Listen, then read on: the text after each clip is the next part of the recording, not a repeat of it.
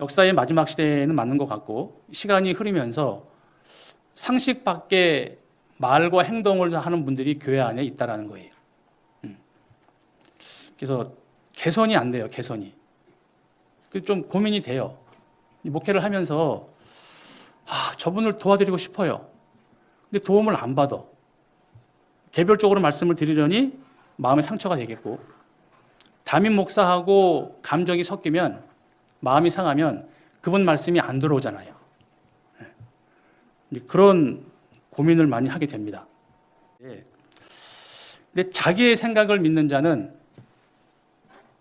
어리석은 자라고 말씀하시잖아요. 그래서 우리 철저한 기준이 창조주여야 되고 하나님 말씀이어야 되는데, 구원받은 그리스도인들도 자기 생각을 고집을 하면 문제가 되는 거거든요. 마태복음 11장 28절에 수고하고 무거운 짐진 자들아 다 내게로 오라. 내가 너희를 쉬게 하리라. 나는 마음이 온유하고 겸손하니 나의 멍에를 메고 내게 배우라. 그러면 너희 마음이 쉼을 얻으리니 이는 내 멍에는 쉽고 내 짐은 가벼움이라 하시니라. 여기 예수님 말씀에 수고하고 무거운 짐진 자들아 다 내게로 오라. 내가 너희를 쉬게 하겠다. 니네가 쥐고 있는 수고하고 무거운 짐은 나에게 돌려라. 무거운 죄의 짐도 돌려라. 대신 내가 너희에게 주는 멍에가 있는데 그 멍에는 쉽고 짐은 가볍다 그거예요. 그러면 예수님이 우리한테 주신 멍에와 짐이 가볍고 쉽다고 했는데 그게 뭘까? 그게 나는 온유하고 겸손하니 그랬잖아요. 29절에 나는 마음이 온유하고 겸손하니, 온유하고 겸손한 마음이 내가 너에게 주는 멍에고 짐이다 그 얘기잖아요. 생각해봤습니다. 온유하고 겸손함이 왜 우리에게 짐이 될까? 근데 그 짐이 가볍고 쉽다 그랬잖아요. 그러니까 상대적으로 우리의 죄짐과 무거운 고난의 짐은 주님께 맡겨요. 그러면 내 마음이 평안이 오잖아요. 대신 주님이 우리한테 주는 멍에와 짐이 있는데 그건 쉽고 가볍다. 근데 그 내용이 뭐냐? 겸손과 온유다. 겸손과 온유가 왜 나한테 짐이 될까? 그리스도인한테. 이유는 내 본성과 반대니까. 우리는 근본적으로 겸손하지 않잖아요. 우리는 본질적으로 온유하지 않잖아요. 온유한 척 하는 거고 겸손한 척 하는 거잖아요. 내 마음속에 죄성이 있으니까. 환경만 주어주고 여건만 되면 나오잖아요. 그거를 잘 참는 사람은 겸손한 사람 같이 보이는 거고, 그걸 못 참는 사람은 교만하게 보이는 거잖아요. 그러니까 구원받은 이후에 겸손과 온유가 우리가 마땅히 배워야 될 건데 그게 어렵다 그거예요. 온유, 순종하고 부드러운 거 뭐 그런 의미잖아요. 겸손은 나보다 남을 더 좋게 여기는 거잖아요. 반대로 다른 사람보다 내가 더 안 좋게 여기는 게 이제 겸손한 마음이잖아요. 그게 어렵다 그거예요. 우린 상식의 범주에 살고 있습니다. 근데 상식에 어긋나면 일반적으로 이해가 안 되면은 그건 지금 병이라고 해요. 큰 길 사거리에서 양복 입은 신사가 소변을 보고 있어요. 뭐지? 왜 그렇대? 이해가 안 되죠. 어떻게 양복 입은 신사가 사거리에서 소변을 봐요? 근데 한마디에 이해했어요. 미쳤대. 이해가 되잖아요. 마음이 아프대, 정신이 아프대. 그러니까 이해가 되는 범주 밖에 있으면 그걸 이제 아프다고 해요. 네. 몸이 아프면 약을 먹고 마음이 정신이 아파도 약을 먹잖아요. 근데 우리 시대에는 그런 사람들이 점점 많아지는 시대더라. 그리고 학예 수양회 때 상담을 하다 보면 우리 그리스도인 형제님, 자매님들 중에도 아픈 분이 많이 있어요. 그게 큰일인 것 같아요. 마음이 아프면 치유가 오래 걸리더라니까요. 그래서 우리가 제정신으로 산다는 게 얼마나 감사한 줄 모르고 또 하나님 말씀 가운데 겸손하고 온유하게 사는 것이 너무너무 귀하고 좋은 일인데 그게 잘 안 되더라. 그리스도인이 맞다면은 내 안에 성령이 계시거든요. 성령이 안 계시면 그리스도인이 아니잖아요. 예. 성령이 내 안에 계신데 내 마음대로 살 수가 없거든요. 그래서 우리가 내 말 한마디에 다른 사람이 상처를 받은 거 확인하면 불편해요. 마음이 아프지 않습니까? 예. 그런데 말을 함부로 할 수 있나? 그럴 수 없죠. 그래서 목회하면서 신앙생활을 하면서 문제가 생겨요. 별별 문제가 다 생겨요. 그리스도인들이 이방인보다 나은 게 있을 것 같으세요? 없어요. 왜냐하면 여기 계신 분들은 완벽하고 철저한 죄인들만 계신 거예요. 덜 죄인은 구원 못 받잖아요. 철저하게 지옥 갈 만큼 완벽한 죄인이라 해야지 구원 받은 거잖아요. 그러니까 계신 분들은 다 철저하고 완벽한 죄인이란 말입니다. 그분들이 본성으로 살잖아요. 별일 다 생겨요. 문제가 생겨요. 어떤 자매들끼리 싸웠대요. 속으로 올 게 왔구나. 해결해야지. 네. 근데 이제 뭐 다 그런지 모르겠습니다만은 전도인들은 하나님이 주시는 또 아픔이 고난이 있어요. 왜냐하면 제가 90밖에 안 아팠잖아요. 그러면 100 정도 아픈 성도님을 상담을 못 해드려요. 네. 근데 다행스럽게도 제가 100을 아파요. 그러면은 100보다 적은 아픔은 상담할 수가 있잖아요. 그게 그런 거더라고요. 그래서 신앙생활 오래 제대로 하신 어르신들께서는, 집사님들께서는 경험이 많으니까 그래, 다 지나가, 그런 거야, 이렇게 열받지 않잖아요. 그게 이제 신앙생활의 연단이고 성장이라는 거잖아요. 뭐 300~400명 좀 넘게 되긴 하는데 뭐 작은 교회나 큰 교회나 교회는 교회예요. 더 많은 사람일수록 더 많은 일도 있겠죠. 네. 그래서 여기 아까 마태복음 11장에 읽은 거 있잖아요. 겸손과 온유가 우리한테는 멍해일 수 있는 거예요. 왜? 어려우니까, 쉽지 않으니까. 근데 해야 돼요. 나하고 다른 거지 틀린 게 아니잖아요. 하나님 보시기에 정말 틀렸다면 벌 받겠지. 징계가 없으면 뭐라 그랬어요? 사생자겠지. 내가 해결 못하는 거는 주님께 맡기는 게 맞고 나는 그냥 기도하는 마음으로 사는 게 맞겠다. 그런 생각을 합니다. 그래서 이 눈의 연기가 얼마나 괴로운지 몰라요. 하나님 앞에 그러한 자녀가 되면 우리는 안 되는 거잖아요. 개미가 우리한테 물어봅니다. 진짜 너희들은 말씀 보는데 듣는데 부지런하냐? 개미가 우리한테 물어봅니다. 너는 진짜 교제에 나가는 거에 부지런하냐? 너는 진짜 기도하는데 부지런하냐? 너는 진짜 전도하는데 부지런하냐?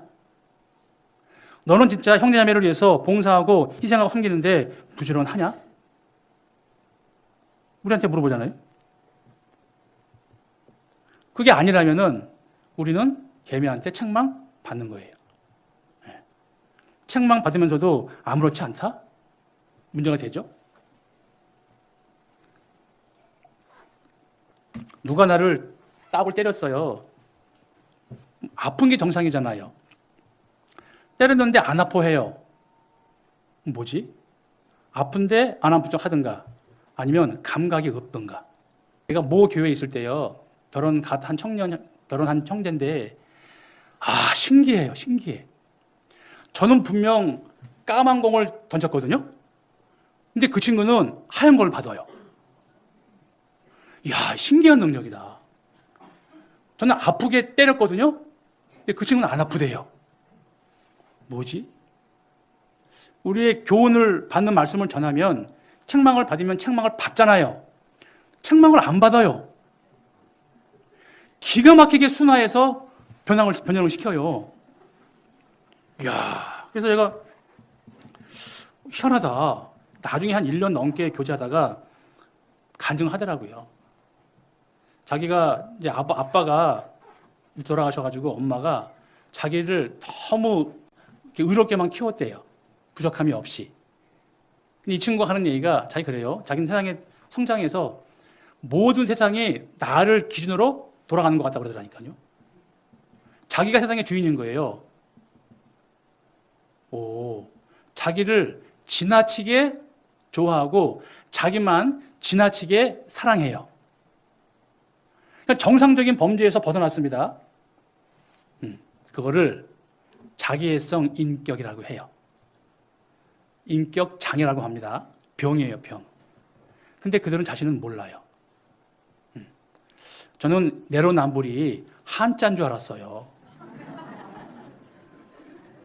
내가 하면 로맨스, 남이 하면 불륜. 그것도 신기한 능력이잖아요.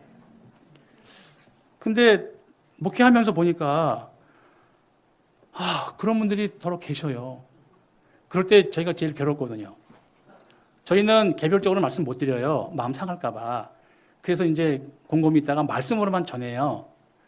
그럴 수밖에 없. 단상에서만 우리가 목회자가 목사지 내려가면 그냥 형제라고 이완 목사님이 누누이 말씀하시거든요. 교회의 머리는 주님이시고요. 우리 몸된 지체 아닙니까? 그러면 말씀을 전하는 전도인들은 입의 지체일 것 같아요. 그리고 앞에 계신 봉사회장님, 집사님들은 뭐 손발 지체겠죠. 열심히 하니까. 근데 이제 신앙생활 하다 보니까 자칫 오해가 되는 경우가 있습니다. 저분이 입의 지체인데 자기가 머리인 줄 아네. 이런 판단을 받는단 말이에요. 위험한 거잖아요. 네. 자기가 주인이야. 교회 주인이에요. 야, 위험하다.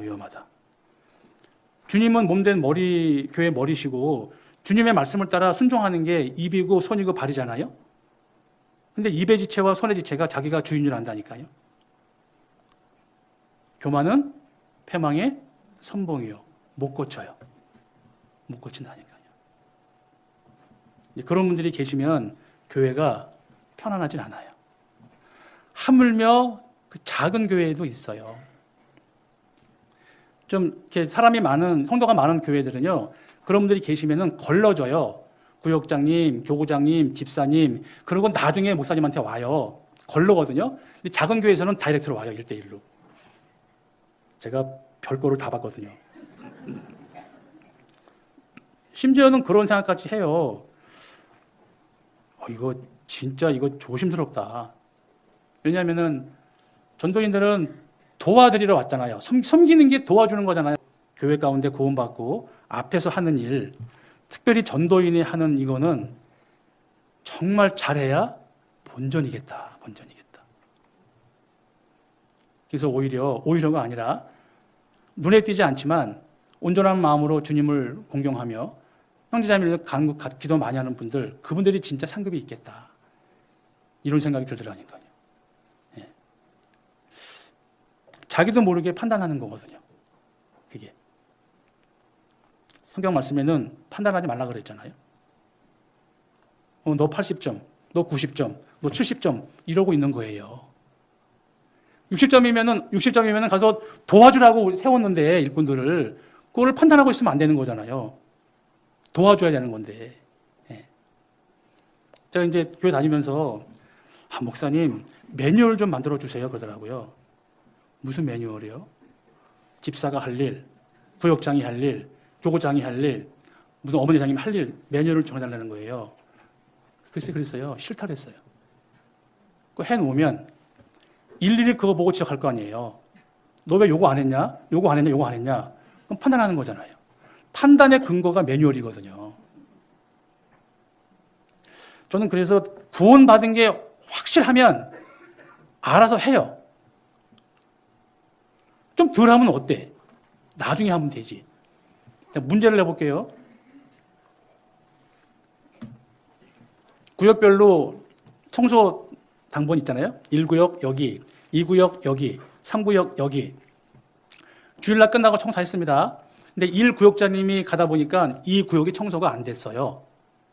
그럴 때 어떻게 할까? 1구역장님이 목사님한테 이른다. 2구역장 쫓아가서 따진다. 그냥 1구역에서 한다. 다 몇 번이에요? 맞아요. 그렇게들 하시죠? 진짜요? 그게 기본인 것 같은데 제일 중요하거든요. 그거 어려울 거요. 반대예요. 1구역, 2구역, 3구역 청소분단이 있는데 1구역장님이 청소를 하고 2구역 갔더니 1구역장님이 청소하려고 갔더니 누가 청소를 해놨어. 말도 없이 의논도 없이 건방지게. 이럴 경우에 목사님한테가 따진다. 왜 함부로 내 일을 했냐고. 두 번째, 누가 했는지 찾아낸다. 3번, 그냥 감사하면 된다. 몇 번이에요? 답은 다 아신다니까. 그게 너무 당연한 거잖아요. 기본이잖아요. 근데 그게 안 되잖아요. 왜 주방에 간장파가 있고 소금파가 있냐고요. 그게 우길 거예요? 그게 싸울 거냐고. 우리가 다투는 원인을 보잖아요. 다 별거 아니에요. 아무것도 아닌 거 가지고 왜 근데 승질내냐. 존심이 상했거든. 내가 이거 하라고 했는데 저거 하고 있거든. 그게 문제인 거예요. 그게. 솔직히 창피하다니까요. 개미가 책망한다니까요. 그러지 마셔야 돼요.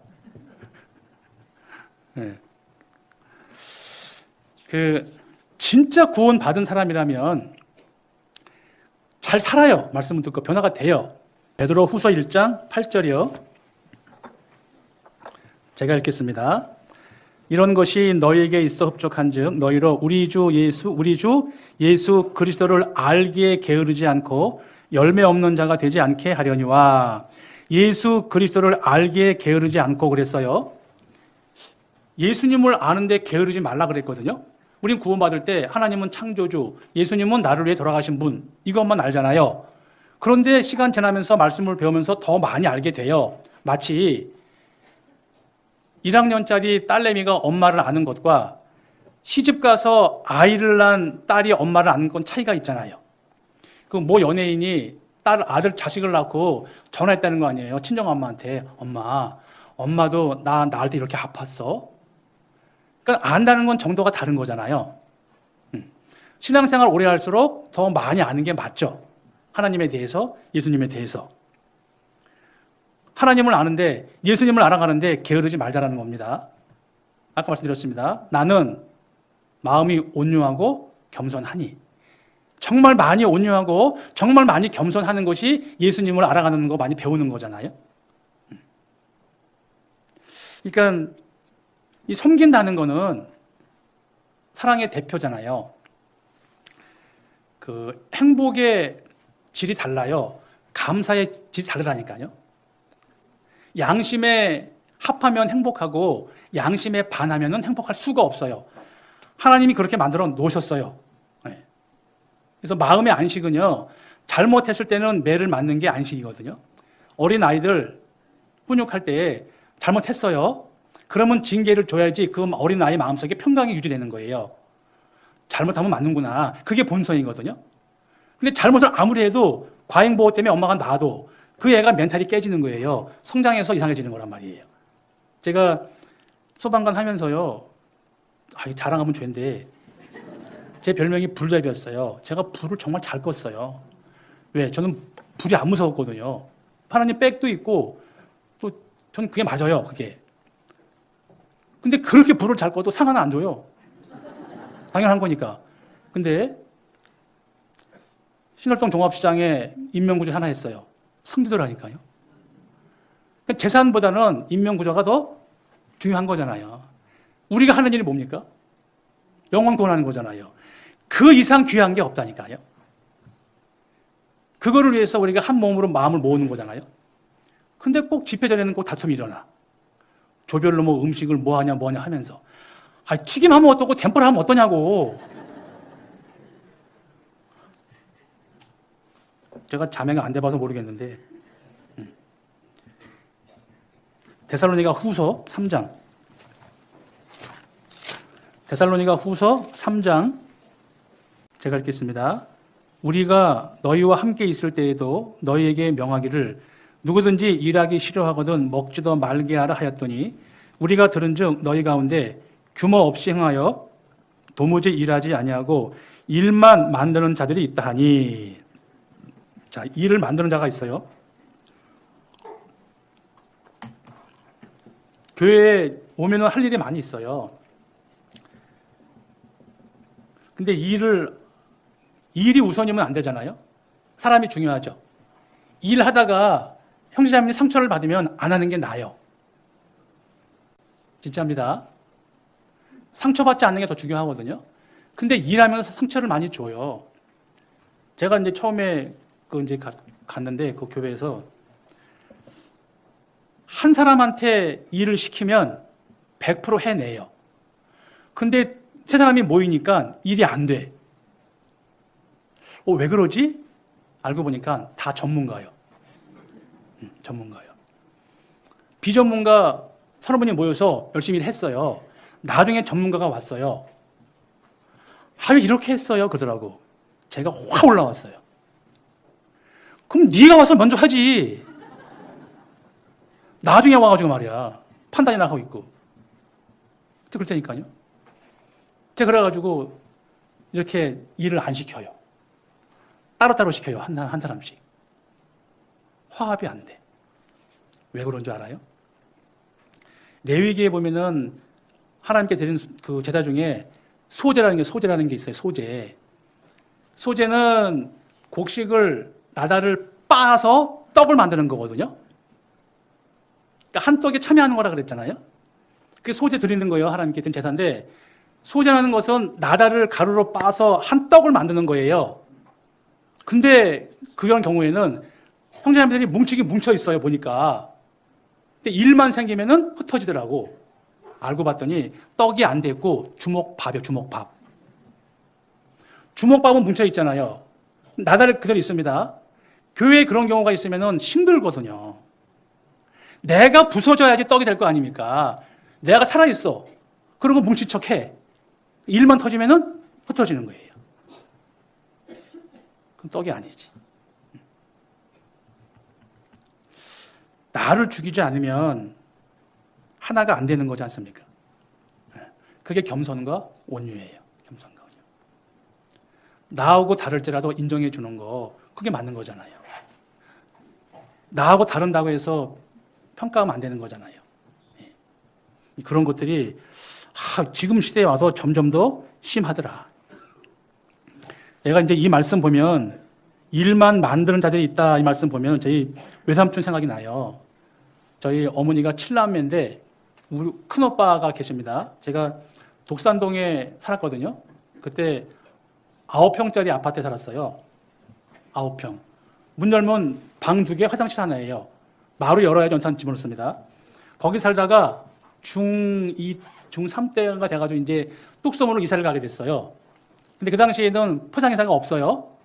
짐을 들어 날라가지고 저 큰 옆에 가가지고 차에 실어야 돼요. 근데 그걸 하고 있는데 이제 여동생이 이제 이사한다니까 우리 큰 외삼촌이 오셨어요. 이제 오시면 일을 도와주려고 오신 거잖아요. 근데 이러고 다니게. 뭐 어르신이니까 이제 그럴싸해요. 거의 다 이제 옮겼는데 저희 어머님이 성질을 내더라고. 저 인간 왜 와가지고 오빠한테. 엄마 왜? 이러는 거예요.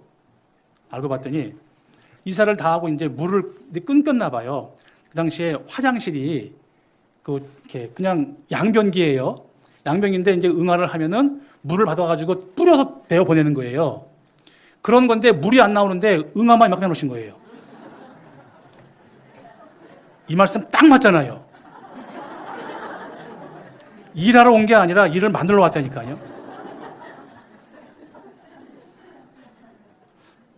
혹시 교회 가운데 이런 분들 계시면 안 되지 않아요? 근데 말씀에 있는 거 보니까 있었던 것 같아. 우리 그러지 마요. 교회 올 때요, 말씀 배우러 오죠. 오늘 이런 마음으로 한번 와보세요. 오늘은 내가 누구를 도와줄까? 오늘은 내가 누구를 기쁘게 해볼까? 오늘은 내가 정말 누구를 위해서 한번 시간 내볼까? 희생 봉사해볼까? 이런 마음으로 오시면요, 돌아가실 때 아쉬워요. 못 도와줬네. 일을 공부를 안 했네. 이런 마음을 가진단 말입니다.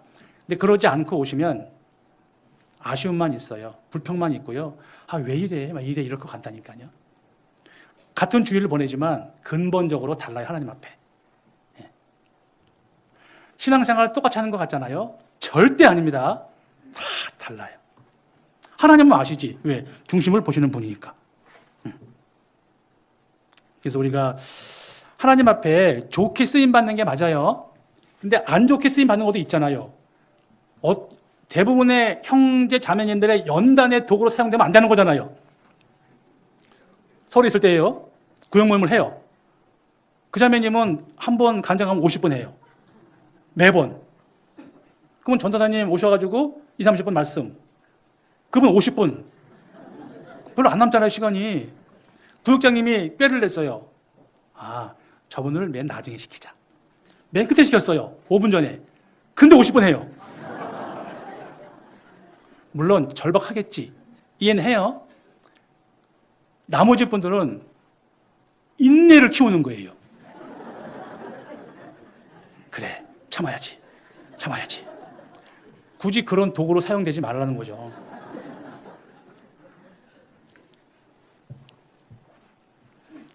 그래서 어르신들 죄송합니다. 제가 60이 넘었거든요. 근데 이게 정말 실수할 수 있는 게요. 경험이 많으니까 경험을 얘기해. 말씀보다는. 조심스러워요. 사바는 너구리인데요. 사바는 반석 위에 집을 짓는다고 합니다. 그리고 이제 좁은 굴속에 들어가니까 큰 짐승으로부터 피할 수가 있는 거잖아요. 반석 위에 집을 짓는 게 뭐냐? 고린도 전서 3장. 고린도 전서 3장 10절이요. 제가 읽겠습니다. 내게 주신 하나님의 은혜를 따라 내가 지혜로운 건축자와 같이 터를 닦아둠에 다른 이가 그 위에 세우나 그러나 각각 어떻게 그 위에 세우기를 조심할지니라. 이 닦아둔 것 외에 능히 다른 터를 닦아둘 자가 없으니 이 터는 곧 예수 그리스도라 그랬죠. 반석입니다. 예수님이. 이 반석, 이 터 위에 12절 만일 누구든지 금이나 은이나 보석이나 나무나 풀이나 짚으로 이 터 위에 세우면 각각 공력이 나타날 터인데 그날이 공력을 밝히리니 이는 불로 나타내고 그 불이 각 사람의 공력이 어떠한 것을 시험할 것임이니라. 만일 누구든지 그 위에 세운 공력이 그대로 있으면 상을 받고 누구든지 공력이 불타면 해를 받으리니 그러나 자기는 구원을 얻되 불 가운데서 얻은 것 같으리라. 반석에 집을 지면은 비바람이 창수가 나도 안 무너지고 그대로 있고 모래 위에 집을 지면 다 무너지지 않습니까? 그러면서 그 반석이 예수님이다. 예수님 구원받은 사람들은 그 위에 집을 짓는 거다. 상급의 집인데 그 집이 재료가 금은 보석이면은 불 안 타니까 남아있는 거고 나무와 집 이런 거는 불 타니까 없다. 그 사람은 불 가운데 얻은 구원이다. 그 말씀이잖아요. 구원은 받았어요. 근데 불 가운데 얻은 구원 아무것도 안 남는 거예요. 목숨만 건진 거거든요. 그런 구원이 있다는 겁니다. 대표적인 인물이 롯이에요. 롯. 아브라함을 떠나서 어디까지 갔죠? 소돔. 죄 가운데 있었습니다. 하나님이 아브라함을 생각하사 롯을 구했다고 말씀하셨거든요. 근데 단돌이 했잖아요. 절대 빨리 뛰어가고 돌아보지 말라고. 근데 롯의 아내는 돌아본 거로 죽었잖아요. 소문기둥. 살았지만 롯의 두 딸이 롯으로 하여금 자식을 낳지 않습니까? 그게 모압과 아몬 족속이잖아요. 그게 본전이 아닌 거예요. 부끄러운 거거든요. 그럼 반석에 우리 신앙생활할 때 남는, 상급으로 남는 금은 보석 재료가 뭐냐? 그게 하나님과 연관된 거란 말입니다. 하나님과 연관되지 않은 건 다 없어질 거란 말입니다. 또 형제 자매를 위해서 섬긴 건 남을 거란 말입니다. 반대로 형제 자매를 판단하고 평가한 거는 다 타서 없을 거란 말입니다. 누가 상급 많은지 몰라요. 제가 모 교회에서 목회할 때요. 중학교도 못 나온 자매님이세요. 친정 살리려고 구로공단에서 열심히 일하던 분이에요. 그분이 그 당시에 티코, 자동차 티코, 그걸 타고 낮에 오세요. 엔진오일 새 가지고 가끔 집어넣어요. 똥 차니까. 그러면서 교회 할 일 다 하고 가신다니까요. 우렁각시처럼. 제가 3년 뒤에 그분을 세웠어요. 어머니 회장으로. 똑같아요. 제가 그분 감탄했어요. 나 저분보다는 상관없을 거다. 예. 그분은 불평, 불만을 한마디도 안 해요. 그냥 해요. 하나님만 바라보고. 제가 이제 교훈 받죠. 목회자지만 그분 앞에는 머리가 숙여지는 거예요. 왜? 저도 불평불만 하거든요. 없을 수는 없죠. 그러나 상대방 마음속에 상처받는 말을 안 하는 게 훨씬 나을 것 같아서 조심스러운 겁니다. 그래서 우리가 이 반석 위에 금은 보석으로 짓는 것들은 좀 기억할 필요가 있을 것 같아요. 교제 안에 있는 거, 그리고 성도님들 잘 섬기는 거, 그리고 전도하는 거, 희생 봉사하는 거, 이런 것은 남을 거란 말입니다. 그 이외에 반대의 것은 안 남을 거잖아요. 잠언 30장 27절 한 절만 함께 읽겠습니다. 임군이 없소되 다 떼를 지어 나아가는 메뚜기와, 우두머리가 없는데 다 떼를 지어 나가는 메뚜기가 지혜로운데 이 메뚜기가 우리를 책망한다는 겁니다. 뭘까? 혹시 그 뉴스나 보면은 수천만 마리 메뚜기 떼가 다니는 거 혹시 보신 적 있을 거예요. 집회 때나. 뭐 어떤 사람은 뭐 수억 마리라고 하는데 그 메뚜기 떼가 옮기면은 남는 게 없다면서요. 다 먹어치워가지고. 그 메뚜기 떼가 무슨 책망을 할까? 임군이 없어도 떼를 지어 나간다는 거예요. 지휘자가 없는데 떼를 지어 나가요. 혹시 보시다가 메뚜기 떼가 날아가다가 지네끼리 부딪힌 거 보셨어요, 혹시? 못 본 것 같아요. 생각해 보세요. 수천만 마리가 빨리 가는데 속도를 바꾸는데 안 부딪혀요. 이유는 속도와 방향이 같아요. 얼마나 지혜로워요? 어떻게 그럴 수 있지? 속도랑 방향이 같다니까요. 안 부딪혀요. 그러면 교회 가운데서는 우리가 속도와 방향이 같아야 되잖아요. 왜? 그래야 안 부딪히지. 근데 속도도 다르고 방향도 달라요. 그러니까 부딪혀. 그거 맞추라는 거거든요. 그거. 교회에는 연약한 자들이 있습니다. 그분들과 보조 맞추는 게 맞잖아요. 그러니까 일을 너무 잘해도 문제가 돼. 왜? 자기 마음에 안 들거든요. 교회에 일하러 오는 게 목적이 아닙니다. 교회는 말씀 배우고 형제자매 섬기러 오는 거예요. 그거 뒤바뀌면 큰일 나요. 일하러 오잖아요. 일이 목적이 되면 다 판단해요. 그러면은 화목하지 않아요. 행복하지 않거든요. 그래서 내가 오늘은 우리 구역에 교회에 누구를 좀 섬길까, 누구를 도와줄까, 이런 마음으로 사는 게 제일 좋아요. 조응이라는 거 했는데 조응이 무슨 불평불만이 있어요? 아니잖아요. 그럼 우리가 왜 그런 마음을 둬야 될까? 예수님이 그랬잖아요. 예수님이 우리를 섬기라는 거 오셨다고 그랬잖아요. 섬기라고. 얼만큼? 자기 목숨을 줄 만큼. 우리 그거 경험했지 않습니까? 그러니까 받은 사랑을 좀 나눠주라 그러는 거잖아요. 뭐 5년, 10년, 20년, 몇십 년 신앙생활 해도 그게 안 되면은 잘못한 거지 않습니까? 제가 아까 퀴즈를 냈잖아요. 1구역, 2구역, 3구역 청소하는 거. 그거 좀 생각해 주세요. 올해 좀. 네. 제가 가는 교회마다 하잖아요. 죄송합니다. 그 약발이 한 달도 안 가. 그래서 우리가 구약신약을 일주일에 두세 번 먹는 거예요. 주일날 들은 말씀 효과가 3일밖에 안 가. 그러니까 수요일날 또 들어. 그리고 또 모자라니까 구역 모임, 조모임 또 있지 않습니까? 그런 거잖아요. 사람 생김새가 다 다르잖아요. 그만큼 사람의 생각도 다르지 않습니까? 네. 같을 수가 없어요. 달라요. 그래서 나와 다른 분들 이해하는 훈련이 신앙생활입니다. 내가 좀 어떻게 도와줄까? 근데 이제 규모 없는 자들을 권계하며 힘이 없는 자들은 붙들어주고, 그런 말씀이 있잖아요. 데살로니가 5장, 전서 5장, 데살로니 전서 5장 14절이요. 데살로니 전서 5장 14절. 제가 읽겠습니다.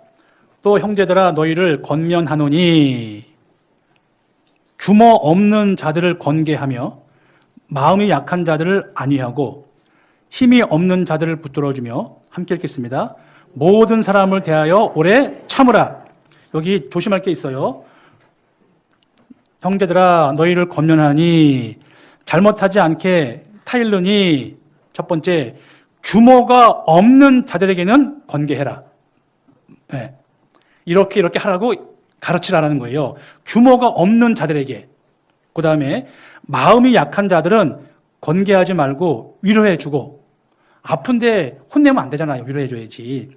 그리고 힘이 없는 자들은 붙들어주며. 왜 이렇게 못 걸어? 힘이 없다니까요. 붙들어주는 거예요. 이 세 가지보다 더 중요한 게 뭐냐? 오래 참으라. 기도하면서. 네. 그게 잘하는 거거든요.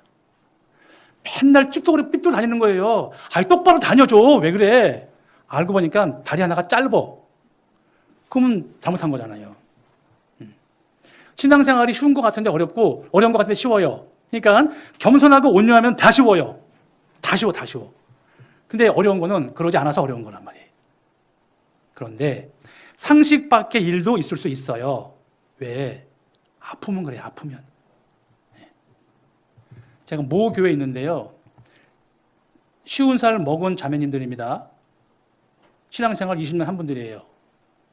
잘못 시시비비 따라달라고 집무실에 왔어요. 그러고 대판 싸웠어요. 제가 앉아 있는데. 제가 당황스럽고 황당했어요. 야, 이런 일도 있구나. 대판 싸우더라니까 욕하면서. 내가 이걸 어떻게 받아들여야 되지? 갔어요. 나왔어요. 3시간을 돌아왔어요. 미안하대. 이건 또 뭐지? 야, 이럴 수도 있구나. 이제 그분 보면서요, 저를 봤어요. 속에 있는 것 다 토해내면요, 그것보다 더해요. 그렇잖아요. 그래서 우리를 책망하는 것들이 있단 말입니다. 방향과 속도 조절해 가면서 천천히 가요. 천천히. 시간이 얼마나 남은지 모르겠지만 우리는 교회에 일이 목적이 아니에요.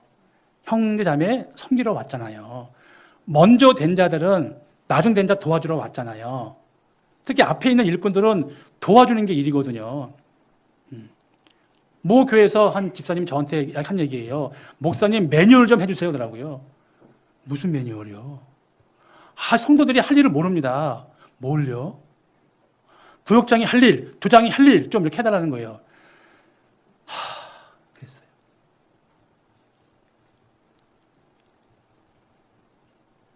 사랑하면 다 이해가 돼요. 내가 저분 사랑하는지 안 하는지 어떻게 구분하냐면요. 너무너무 예쁜 딸 아들이 있습니다. 진짜 눈에 넣어도 안 아플 손주가 있습니다. 손주와 사랑하는 자식한테 선물 주고 해주는 돈이 아까워요, 안 아까워요? 아까워요? 안 아까워요. 그리고 상품 주고 선물 주고 돈 주는데 내 마음이 기쁘다? 왜? 사랑하니까. 사랑하는 대상한테는요, 내가 물질 마음을 줘도 기쁜 거예요. 그게 주는 기쁨, 즐거움이잖아요. 주면서 행복해요. 왜? 사랑하니까. 근데 주는데 인색해 아쉬워. 당연하지. 사랑하지 않는 증거지. 우리가 말로나 마음으로나 물질로나 형제자매를 사랑한다면은 해주고 기쁜 게 맞아요. 저분을 도와주고 기쁜 게 맞아요. 그렇지 않다면 자기 마음에 문제가 있는 거예요. 하나님은 너무나 큰 사랑을 우리한테 주셨습니다. 우리 그 받은 사랑을 나눠주는 거잖아요. 조금이라도. 근데 왜 사랑은 안 주고 판단하고 그러면은 아니 되옵니다. 그래서 메뚜기를 보고 그런 거 배웁니다. 방향과 속도가 같아요. 함께 가는 거예요. 따로 가지 않고. 그리고 이제 도마뱀. 손에 잡힐만 하여도 왕궁에 있는 도마뱀이다. 도마뱀은 꼬리 잡히면 자기 꼬리를 자르고 도망다고 하잖아요. 그러니까 생명 보존을 위하기 위해서 신체 일부를 자르는 거예요. 그게 지혜다라는 거예요. 지혜. 뭘까? 히브리서 12장. 히브리서 12장 1절입니다. 히브리서 12장 1절 제가 읽겠습니다. 이러므로 우리에게 구름같이 둘러싼 허다한 증인들이 있으니 모든 무거운 것과 얽매이기 쉬운 죄를 벗어버리고 인내로써 우리 앞에 당한 경주를 경주하면, 우리는 경주하는 겁니다. 구원받았을 때. 그리고 얽매이기 쉬운 죄, 무거운 것과 1번 밑에 혹시 거리끼는 것. 운동 경기할 때는 가볍게만 입고 달려가지 않습니까? 그러니까 구원받은 그리스도인은 운동장에 들어온 달리기 선수가 됐다는 거예요. 그러니까 경주하는 거예요. 주님 만나는 날까지 경주하는데 누가 무거운 거 달고 하냐? 그게 내용이 뭐냐? 얽매이기 쉬운 것, 그리고 무거운 것, 꺼리끼는 것이라는 거거든요. 죄 또는 잘못하는 여러 많이, 이런 거는 좀 벗어버리자라는 거예요. 내 마음에 인색한 마음이 있으면 좀 벗어버리고, 남을 미워하는 게 있으면 그거 벗어버리고, 그러고 달려가자라는 거예요. 예. 신체 일부를 잘라도 생명을 사는 거 아닙니까? 날개 힘이 그렇게 큰 독수리도요, 쇠사슬에 묶여 있으면 언젠가 떨어진다니까요. 그런 거 벗어버려야 돼요. 그래 내 마음에 안식이 와요. 평강이 오거든요. 네. 쉽진 않겠지만 훈련하면 돼요. 그리고 이제 내가 할 수 없는 건 주님께 맡기는 거잖아요. 내가 할 수 있으면 내가 하지. 내가 할 수 없는 건 주님께 맡겨요. 맡기면 될 것 같아요.